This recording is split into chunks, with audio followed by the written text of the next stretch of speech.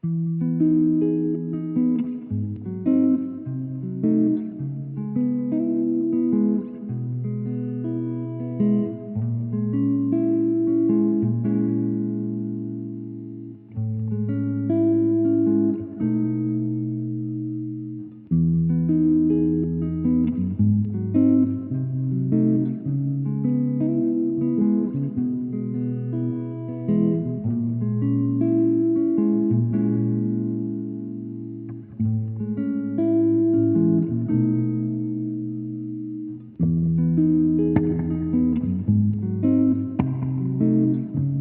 started this channel 4 to 5 years ago, talking about my journey and vlogging weekly. I don't have any of those videos up right now, but vlogging weekly about my life as an actress, and then vlogging about getting into graduate acting school for about 2 years.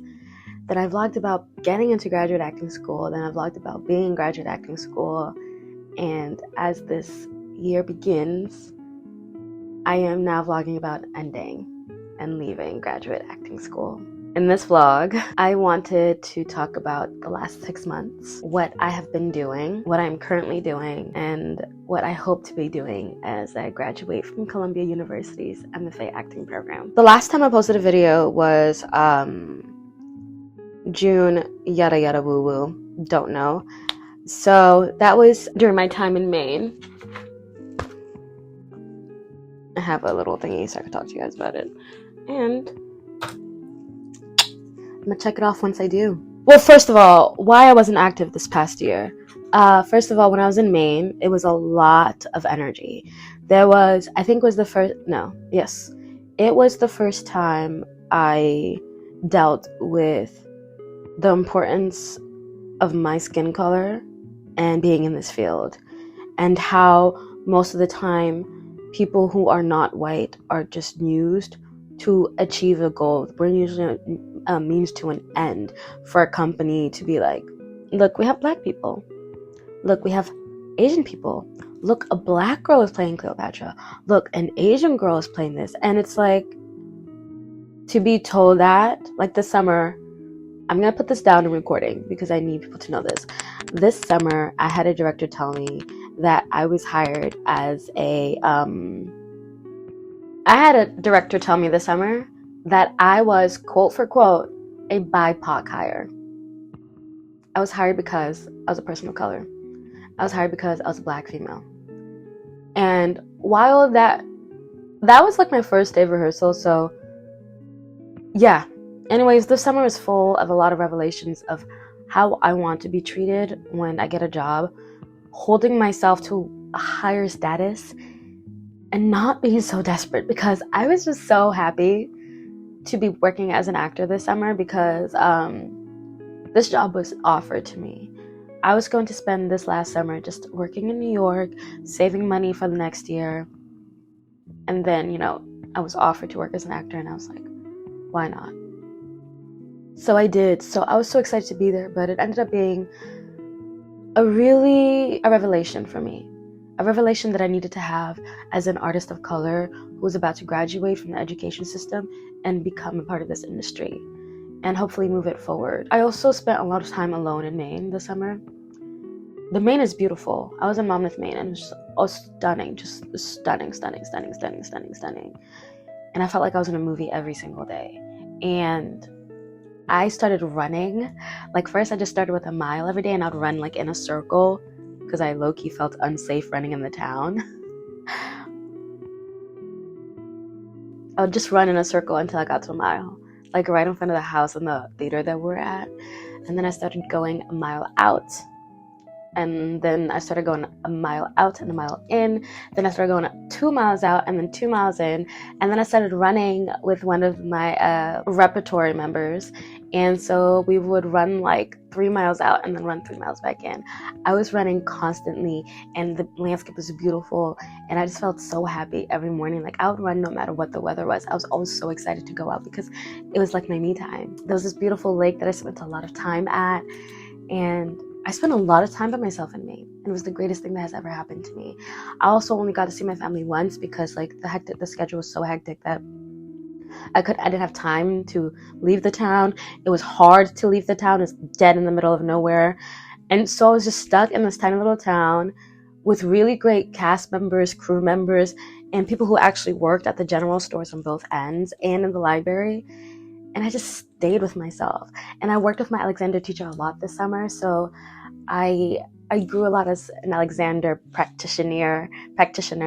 And right now, actually, my bedside reading is The Road Less Traveled by M. Scott Peck, which is a book that my teacher recommended to me over the summer. My Alexander teacher recommended to me, and I'm enjoying it right now, so I recommend it to you guys too. Here it is. It's cute. I shall link it below. But yeah, so those were the three things that kind of happened to me this summer. My realization of who I am in this industry and how I want to be treated, spending a lot of time alone, and growing to understand the Alexander technique. So I came back to school in September, late August, and it's industry year, it's third year. It's all about getting managers, creating relationships with CDs, having talent agents be interested in you, prepping for showcase, getting our acting reels ready, getting new headshots, getting full body, and I was miserable. Oh, and it's all about thesis. So we were working on thesis as well this year, and oh my god, it was a hectic fall semester of third year. So anyways, we came back. The first order of business was headshots, and I cried trying to figure out what to do with my hair, because as a Black woman, our hairstyle is ever changing, and my idea of headshots is like thinking of the hairstyle that you will always be, and that's how we're taught. But that's not the case with Black women. Like, you can choose a hairstyle you always have, and you will have it like once every 3 years. At least for me, I change my hair a lot, and I do always go back to short box braids, but I haven't done that in like 2 years, and I only went back for it for my final headshots because I was like, people tell me it looks good, like why not? Ended up looking horrible. I hated it. Then I was like dealing with a lot of stuff personally and with the politics at Columbia. So the day of my headshot, I was literally crying. I was so sad. I felt so defeated. And then I went and I took these headshots, these really expensive headshots that Columbia paid for, and I was miserable in every single one. I was so sad. And then obviously when we got the final shots of them, they looked horrible. So that was a fail. Then we had our full body shots, and that went fairly better. But let me tell you something. Finding the perfect outfit that was like an elevated version of my style, that fit my body, that allowed me to have confidence. I cried. I was just crying. It's so hard when people tell you that you have to take photos that's supposed to show people who you are as soon as you see them. As soon as you see them. Do you know like how much pressure that puts on someone to try to find the perfect way to show themselves to the world? I can't even figure. I don't know my type. I don't think I have a type. I can play anything. I am that actress that can play anything. And this whole industry year, and this whole industry year is about figuring out your type and selling yourself like a mofo. That's a whole nother video. So yeah, we took our full body shots. That was a whole journey on its own, but luckily that came out great. I loved my outfit, and I felt really confident and beautiful. My hair, I still hated it, but it is what it is. Then after that, we had already began the process for our thesis. Our thesis is our final project, and basically after you do that, you can graduate, like you're good. But obviously it's not recommended to, because we still have classes our second semester, as well as showcase and our Shakespeare project. So we had thesis, and our thesis is Halfway Bitches Go Straight to Heaven by Stephen Adler Girdgis. I think I said it right. And it was directed by Lisa Benavides Nelson, who was an amazing director and just ally for us for this really heavy show. It's just so crazy, because I want to note that my first year at Columbia, I played a homeless child in the Blood. I don't know if you guys remember that, but I did a thesis my first year. And then for my own thesis, I played a homeless teen. So maybe I do have a type. Young children with no homes and traumatic pasts. That experience was really tough, and I gained a lot of confidence in myself because I worked super freaking hard, guys. I worked so hard because it was such an emotional draining role, and we had so much support, so I worked hard but also utilized all the support I had. But Thesis will have its own little fun video that I will also post later on. This year we also spent a lot of time auditioning for casting directors, meeting with managers, like picking their brain, meeting with talent agents, picking their brains, and all that. So it's been really cool.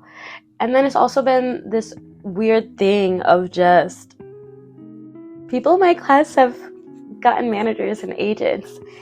And it's that feeling before I got into grad school, like, do I even deserve to go to acting school? And it's like, I'm back to that person I was before I realized I'm an actor. I don't need grad schools to make me an actor. I'm an actor. I do not need talent agents and managers to tell me I'm an actor. And I do need to stop feeling like everybody else's success is my failure, because it's not. It is their success. It is theirs. I'm so happy for my classmates.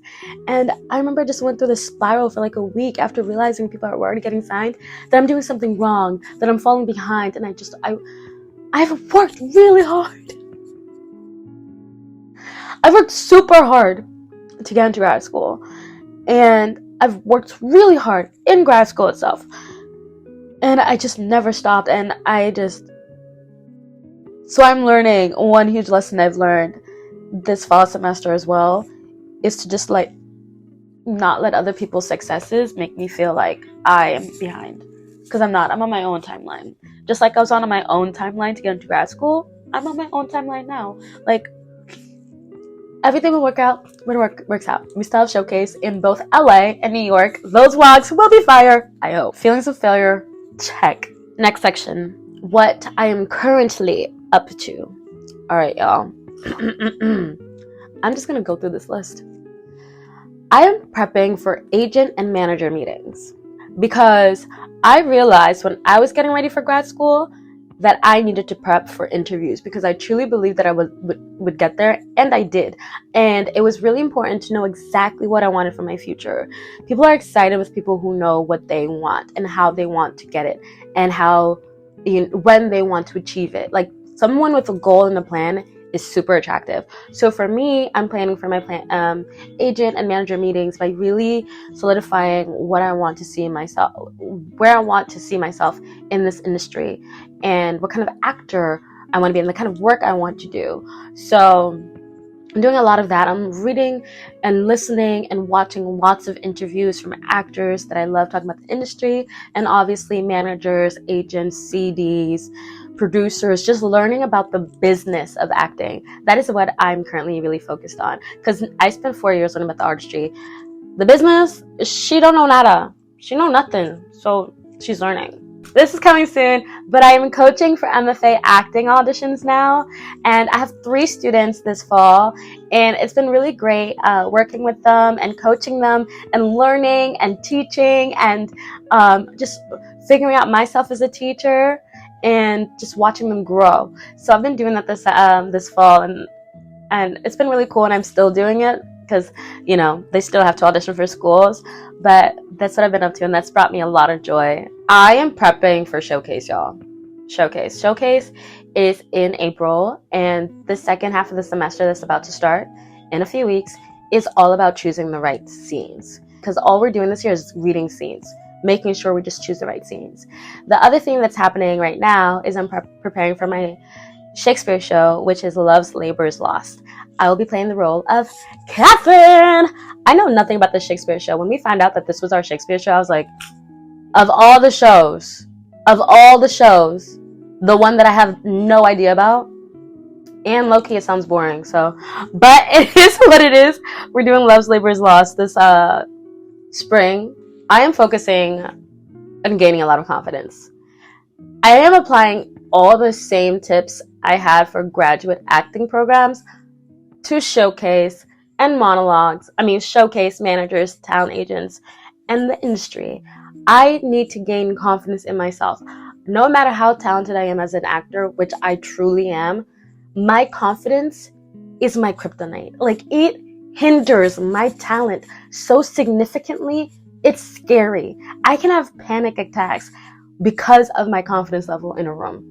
Because I just feel like I don't deserve anything all the time, but God knows I'm so talented. So I am working hard right now on gaining confidence by taking care of myself, by listening to myself, by rehearsing, by gaining knowledge, by reading, learning, watching, just like everything. I'm not taking any chances on not having any confidence this year. I refuse. I don't need to be in this industry if I cannot gain some confidence, because people will tear me down. This industry is all about making you feel powerless. And I refuse to feel that way. I refuse. And the other really amazing thing that is happening this week, or next week, Tuesday, one of my favorite scenes ever, and I've had this scene in my pocket for about 8 years now, is a scene from Milk Like Sugar by Kristen Greenidge. And I'm filming that scene with my mentor. I'm filming that scene with my mentor. And I could get emotional again. It's a dream come true. I have nothing else to say. So that is everything I'm doing right now, in this moment. Now let's talk about what I'm going to be doing. Let's talk about my goals, guys. Let's talk about my goals. There's a lot here. All right. My goal is to get signed. I would love to get representation. And not just any representation, but like the representation that is obsessed and in love with me. That's like, damn, we got Tenna Scylla. Like, yo, that's it. We good. She gonna book it all, because I will. I got you, agent. I got you, manager. I got you. CDs, add me to your repertory, because I got you. So yeah, that's the first goal. The second goal is saving enough money and getting ready to just live on my own without school, without being a student. Like, once I graduate in May, I'm not gonna be in the education system anymore. Like, I'm gonna be a student in different ways, but I will not be in the education system anymore in that way. And I've been in school, I guess, for like 25 years. So I'm ready to graduate and be a human in the world and just be a working human being. I'm really working on having a job, a survival job, even though I don't want to call it a survival job, because I want it to be a fun job that can sustain my life, make me happy, create, help me feel good and stable in my life while I pursue my life as an actress. As I'm waiting for that job to come through that's really gonna allow me to be a working actor constantly. So I'm working on that. I'm spending a lot of time with my family. I can't wait to do that after I graduate. I love my family, my friends so much. They're my ace boon codes. So I'm looking forward to that. My goal for 2023 is to just become completely obsessed with myself. Like, in love. Like, just wake up in the morning and be like, oh my God, I am me. Yes, I am me. I wake up, I am me. That's great. That's how I want to feel when I wake up in the morning. I want like a Disney tune to play that in my ear and just be like, yes. So I'm just focusing a lot on myself this year. And whatever brings me down, I refuse. I just refuse.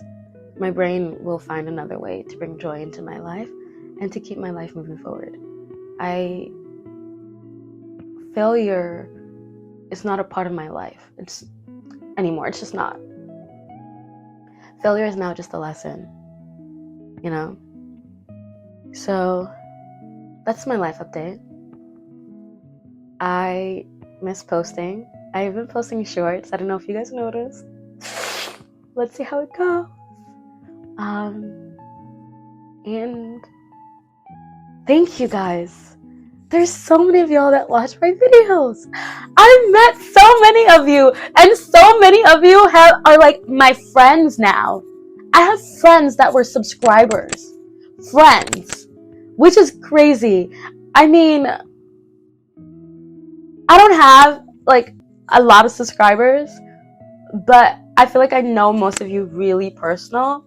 I know most of you personally, and on top of that, a lot of you guys end up like getting into Columbia or coming to auditions. Please say hi to me.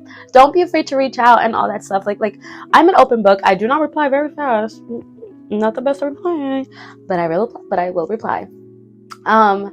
But so thank you for watching my videos. Thank you for making me feel like I need to sit down and actually talk to you guys once in a while, because you deserve it. And I promise you this time it will not be once in a while, but even once a week. And dare I even say that, to be honest. Dare I even say that, but I will not give up. Thank you for watching this video. More to come. Love you.